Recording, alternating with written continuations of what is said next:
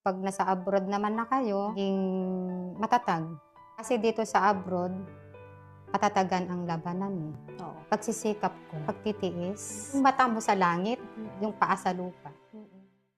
Hello everyone! Welcome back to the channel and welcome back to another vlog. So for today's video, kasama natin si Ate Emmy and siya ang makakakwentuhan natin tungkol sa kanyang life here in Finland. Ayan, so Ate Emmy, introduce mo naman po yung sarili mo sa mga nanonood sa atin. Ako po si Imelda Emmy, pinanganak at lumaki ako sa Quirino Province. Region 2 po yan. Ilocano po dun, di ba po? Oo, Ilocano po kami. Sa mga kababayan ko dyan sa Quirino, naimbag nga aldawyo po amin.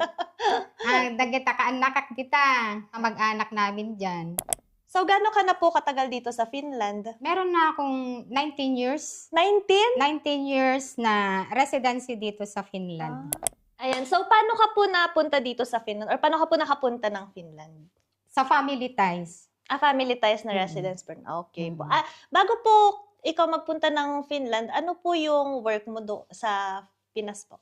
Accounting staff ako at Okay. naging auditor ako sa mga prestigious companies. Wow, prestigious company. Kasi like after ano ng po? ano yun eh, after ko nakapag-graduate ng college sa course na Sa accounting. Oo. Ano ako eh, yung BS in Commerce, major BS in Commerce. Oo. Major in accounting. Okay. Ano po mga companies yung napag-workan nyo sa Pinas? May mga companies akong napasukan, like sa mga industrial, corporation, export mufflers, and then meron din dito na yung Dream Bikes. Dream Bikes? Yeah. Sa mga scooters yun eh. Oo.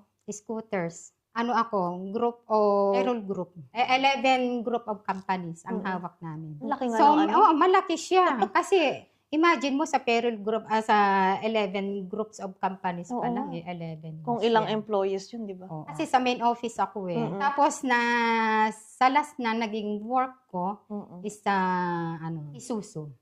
Isuzu. Ilang years po kayong nag-work as accountant po sa After ng graduation ko, siguro nasa 15 years all in all. 15 years? Kasama na rin yung pagiging auditor ko noon. Opo. Ano naman po yung biggest challenge mo pagdating mo nung bago ka sa Finland?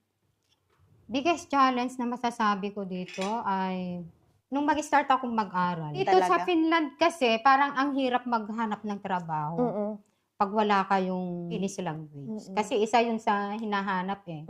Depende sa work na gusto mo ha. Noon nung nandito kasi ako noon, trinay kong mag-apply sa kung ano yung mga napasukan ko sa Philippines. Meron akong nakikita dito. Trinay ko siya. Wala na. Hindi po pwede. Kailangan ng Finnish language and then kukuha ka ng amati na tinatawag nila, yung course. Ng course talaga. Oo. Yung Finnish language ko noon, natapos ko yun. Tapos, grinab ko yung invitation sa akin. May dumating kasi sa akin na kukuha ako ng course na culinary. Yung hotel, restaurant, and catering chef. Kasi sa culinary, mag-aano ka dyan eh, yung magsiselect ka kung ano ang gusto mo doon. Kung gusto mo maging waiter o waitress, ganun. Yung sa akin na invitation na binigay sa akin is for chef. For chef. Oo. Tinapos ko siya. 2 years. 2 years yung course na yun? 2 years siya. So, yun na yung naging mo ever since? Oo. Naging profession mo? Yung second degree course na. So, from being an accountant, naging chef na nga. Dito, sa Finland. Dito sa Finland. So, nabanggit mo po na nag-aral kang 2 years para maging chef. So, yun na po yung work mo ngayon dito sa Finland? Oo. Yun na yun. Kasi nung nag-aaral pa lang ako ng culinary, may mga kasi kami dyan eh, yung training. Opo. Kailangan may ipasa mo yung training. Hindi ko naman akalain na yung isa palang training place na napasukan ko, doon pala ako maa-absorb. Na-absorb ako. Dahil doon sa last na training ko na. Mm-mm. Saan ka Biglang nung may ano? tumawag noon sa akin. Sinabi niya, pumunta ka dito para mag-sign ka ng contract. Contract agad? Wala na Contract. interview? Wala. Hindi na tinawagan ako. Sabi ko, saan ito? Hospital yun. Doon ako nag-start ng probe ko. Ano po ba yung workplace? Hospital po talaga yun? Hospital kitchen. Okay. Kitchen. Kasi yan is Vanti. Avanti. Oo, Vanti. Alam ko nga yun.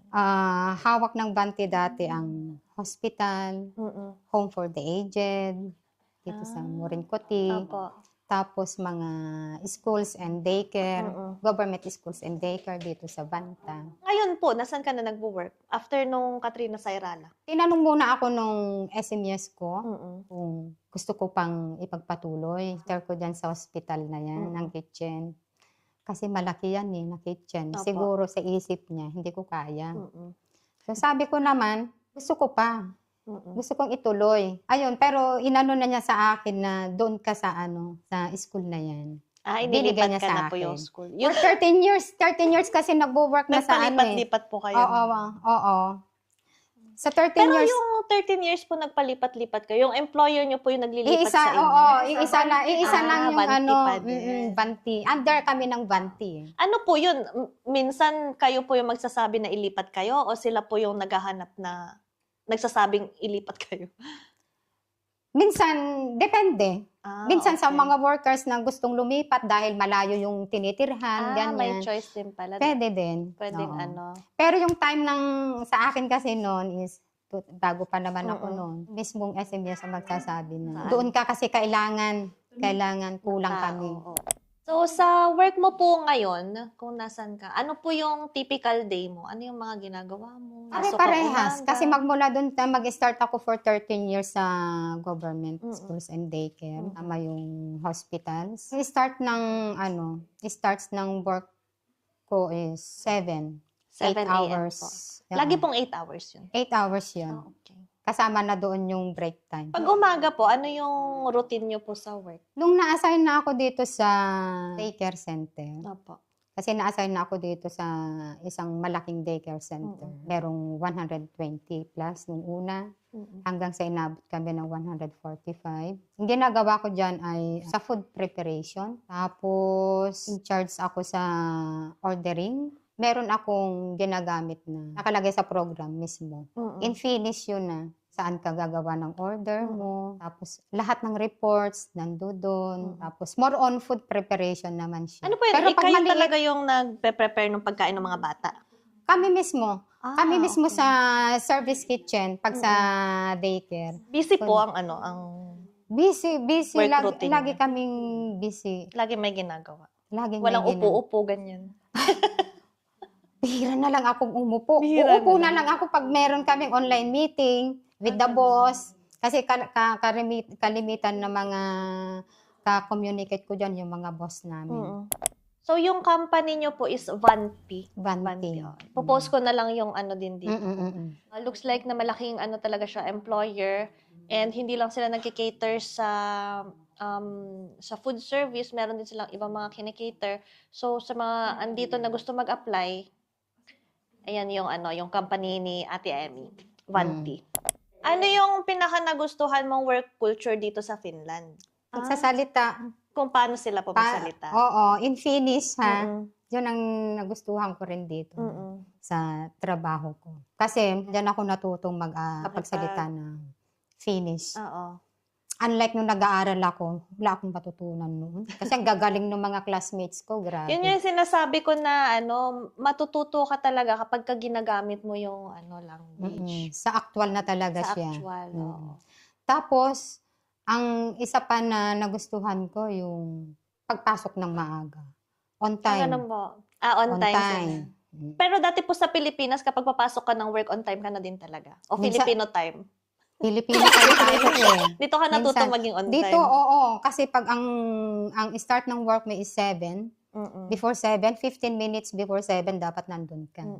At pag a-absent ka, sa work culture nila dito, pag a-absent ka that day, tatawag ka kaagad sa boss mo. Tsaka maaga kang tatawag, no? Maaga kang tatawag. Pag Diyan po sa Isang iisang workplace na yun, gano'n ka nakatagal dyan?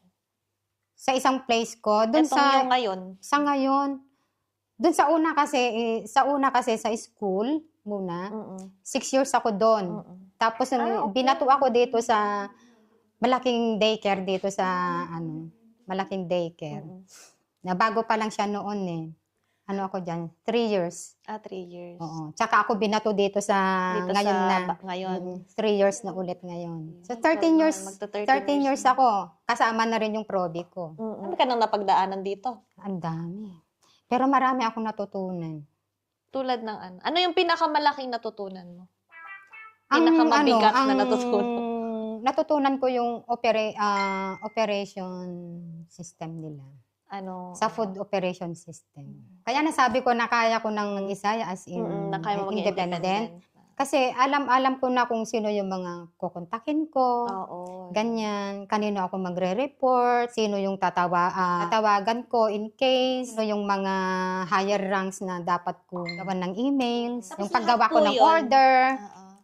Lahat ng communication na yun in Finnish. In Finnish. Ay, good job. Although ako, Finnish Baroque ako. Pero nakaya mo, ilang years ka na po eh. Kamusta naman po yung relationship mo with yung mga workmates mo? Okay naman sila? Okay naman, although magkakalayo kami ng destination, minsan may mga Pero nagkakausap po kayo, ganyan. kakausap-usap naman kami. Dati, pag meron kaming meetings, ganyan, magkikita-kita, doon ko na lang sila nakakausap. Wala ka naman po na-experience na parang nabully ka, ganyan. Wala kang na-experience na racism. Ganyan. Wala naman. Wala. So, maganda yung experience mo. Kasi Wala- may mga wala akong- nakakakwentuhan ako, mga na ano sila eh, mga nabubuli sila, ganun. Ano yung pinaka namimiss mo po sa Pilipinas? O meron pa ba? Namimiss ko sa Pilipinas, dati nanay tatay ko. Yun, yung luto ng nanay tatay ko. Yun ang namimiss ko. Tapos, namiss ko rin yung lutong Pinoy. Kasi hindi ako marunong magluto ng lutong Pinoy. Order ka na Pero lang po sa akin. lutong Finnish. Yan. Yun, Kasi yun ang napag-aralan ko eh. mga lihaya pero na mostly. Oo. Mga simpleng luto-luto lang ng Finnish foods. Ano yung masasabi nyo po na pinaka-blessing na nangyari sa inyo dito sa Finland? Blessings na masasabi ko, yung pagkakaroon ko ng stable job. Kasi ang hirap maghanap eh. Diba? Oo nga po, lalo ngayon. Tapos bigla akong nagkaroon ng job. Tapos is permanent. Permanent. Tsaka very stable na nga po yun sa inyo kung naka 13 years na kayo. Big blessing talaga. Blessings dahil kasama ko yung mga anak ko. So yun po yung masasabi nyo na worth it lahat ng pagod nyo? Worth it dahil sa lahat ng pagsubok na nararanasan ay nakaya ko naman. At saka, worth it kasi akala ko noon, hindi ko kaya. Dahil maliit ako eh. Siguro sa lahat Ako ng din. workers nila for almost 1,000 kung ikukumpara mo sa lahat pag pinagsama-sama lahat. Akong pinakamaliit. Awa ng Diyos, nakaya ko naman siya. Naisip mo pa bang bumalik ng Pilipinas? Hindi na nga, kasi nandito na sila. Wala ka nang babalikan dun, no? Wala, babalikan. Tapos ang nanay tatay ko, namaya pa na rin. Sa Tapos mga, na. sa mga Pinoy, sa mga kababayan natin na gustong mag-abroad, ano yung magiging advice mo po sa kanila? Since matagal ka na sa abroad, madami ka nang na-experience. Ang masasabi ko sa kanila o advice, unang advice na masasabi ko, mag-ingat na lang sa mga nagre-recruit. Kasi sa panahon ngayon, daming scam. Totoo. Tapos, pag nasa abroad naman na kayo, maging matatag. Yung nararanasan na pagsubok, kailangan labanan nila. Kasi dito sa abroad, patatagan ang labanan eh. Oo nga. Dito mo ma-realize yung realidad ng buhay abroad.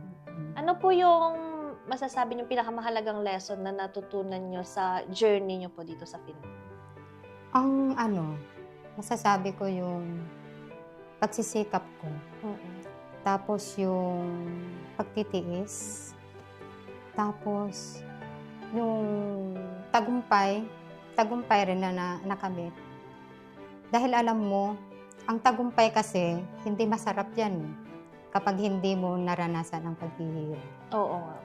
So, Parang nothing comes easy. kapag nakuha mo na yung tagumpay na yan, yung mata mo sa langit, yung paa sa lupa. Ay, totoo po yan. Mm. Parang maging humble. Oo. Always be humble.